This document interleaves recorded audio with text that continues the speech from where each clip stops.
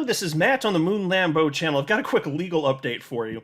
The SEC filed a legal brief that's one sentence, and this resulted in an attorney within the XRP community, James Filan, to say, and I quote, "The SEC's response is simply an abuse of the judicial process," end quote. Ooh. So, spicy words, but I'm going to tell you this right now. He ain't wrong. He's definitely correct. It's absurd what they're doing. So I want to share with you just a quick update on that. And then for fun, I wanted to share with you this story from You Today, titled Ripple CTO Takes Slight Dig at Stellar XLM and Jed McCaleb.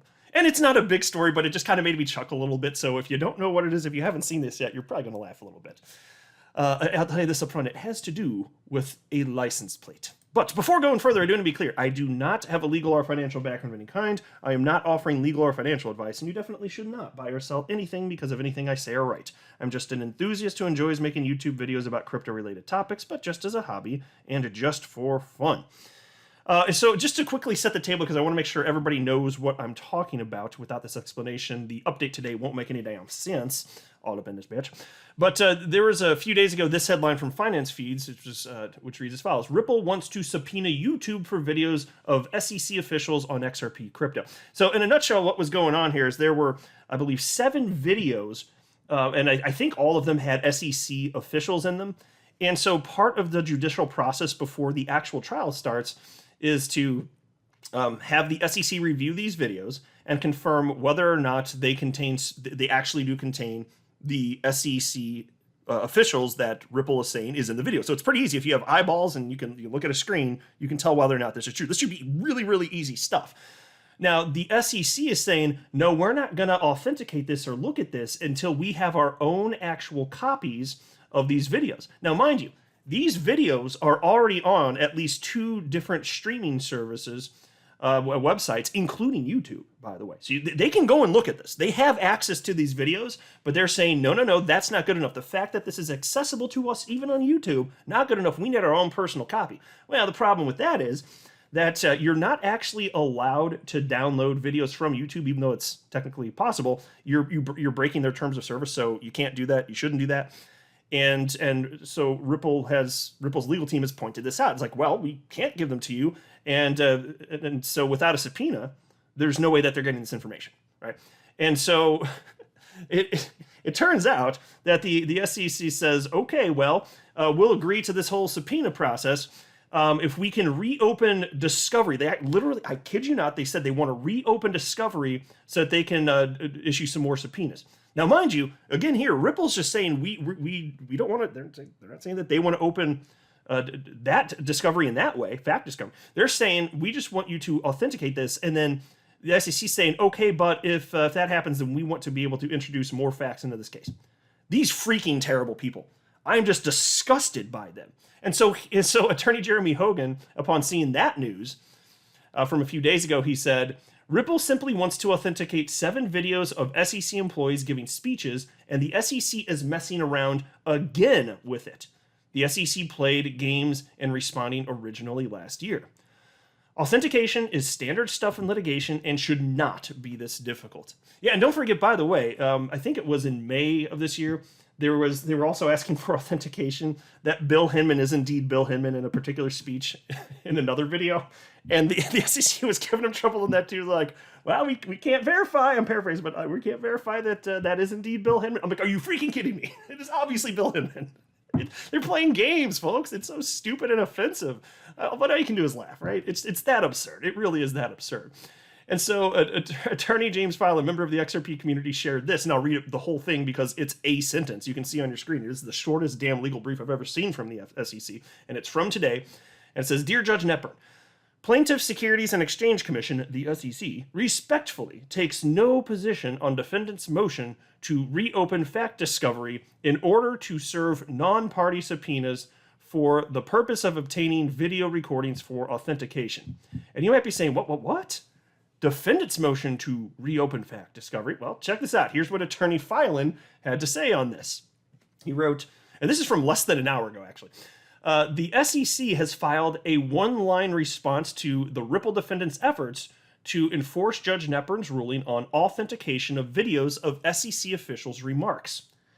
The SEC says it takes no position on Ripple's request to reopen fact discovery. As Ripple stated in the original request, the subpoenas Ripple seeks permission to serve are not a reopening of discovery, but relate back to requests for admission Ripple served before the end of fact discovery, and which are needed to effectuate the Judge Neprin's order. So just pause and note there. They're saying we take no position on Ripple's motion to reopen fact discovery. They didn't do that. They did not do. Ripple's attorneys did not do that. I covered this story a couple, 2-3 days ago, whatever it was. They absolutely did not do that.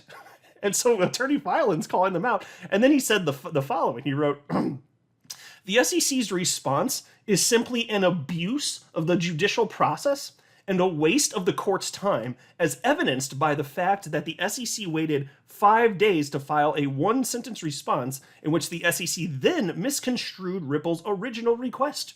The original request is below. And so I'm not going to read the original request because I've already run through it in a previous video. If you want to pause it here, this is the first page. Go ahead and pause if you want to.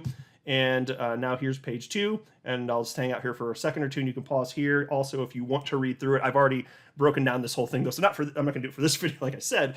But my gosh, every time, if you ever think that the SEC can't get more ridiculous and more offensive, you're proven wrong, which is why I just stopped thinking that, like long ago. I just assumed they're going to outdo themselves on this even. They're going to do something even more stupid in the future. I don't know what it's going to be, but I'm going to cover it. I'm going to be mad, and then I'm just going to have to laugh about it, because what the hell else can I do?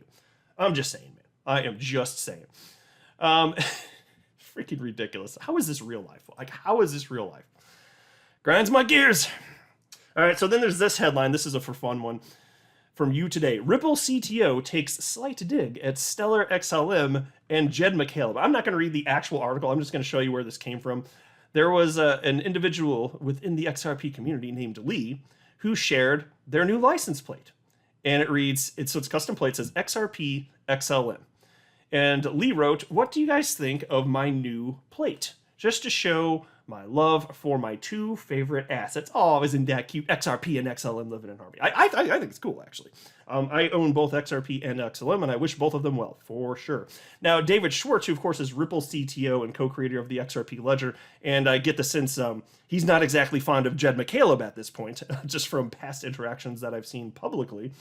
Because mind you, Jed McCaleb, yeah, he's the guy that came up with the idea for XRP. He also created XLM. David Schwartz seemingly not so happy. And so he responded to Lee, and if you look here, there is a dot. This isn't presumably not something, or it could be, I don't know. Maybe it's a character that that Lee wanted to have in between the XRP and XLM. I don't know if that's, or if it's the case to where, because I guess you can't have a space in the license plate, so I don't know. It may have been intentional from him, not the state doing this. That's really the only thing I was trying to say there. But David Schwartz responded, noting the circle there, and wrote, they actually put a circle there instead of a greater than sign. So as an XRP greater than XLM, sick burn bra. So I know, it's not a huge thing, but I did kind of get a couple chuckles out of it. So I thought just for fun, I'd go ahead and share it with you. It's not a huge story by any means, but I just had a couple laughs. And it's just so funny to see David Schwartz kind of digging on XLM like that. But because, like, look, I remember, like, the most public thing I remember seeing between the two of them, there was a little spat, and I'd covered, I don't know if it was a few years back or so, but it was back whenever the Stellar Development Foundation, they burned their, like, a huge quantity of their XLM, and then David Schwartz said something to the effect of, well, if we ever find that nothing that we're doing is working, maybe we'll burn our XRP too, and I'm paraphrasing, it was something to that effect. Although, I kind of think he probably shouldn't have said that, just because, as even Brad Garlinghouse has said, it's not off the table that Ripple actually could burn XRP, and it wouldn't necessarily mean that things aren't going well for Ripple. They may just find that if they do, they come to their own conclusion, we don't actually need to have this amount of XRP. Maybe they actually do burn a big chunk of their own XRP. I don't know. We'll see what happens. But they're not technically ruling that out. But I remember seeing that some years back and just being like, whoa, bad blood here a little bit, it seems. But I'll go ahead and wrap up there. I am not a financial advisor. You should not buy or sell anything because of anything that I say, all right? That would be a very, very, very bad idea. Until next time, to the moon, Lambo.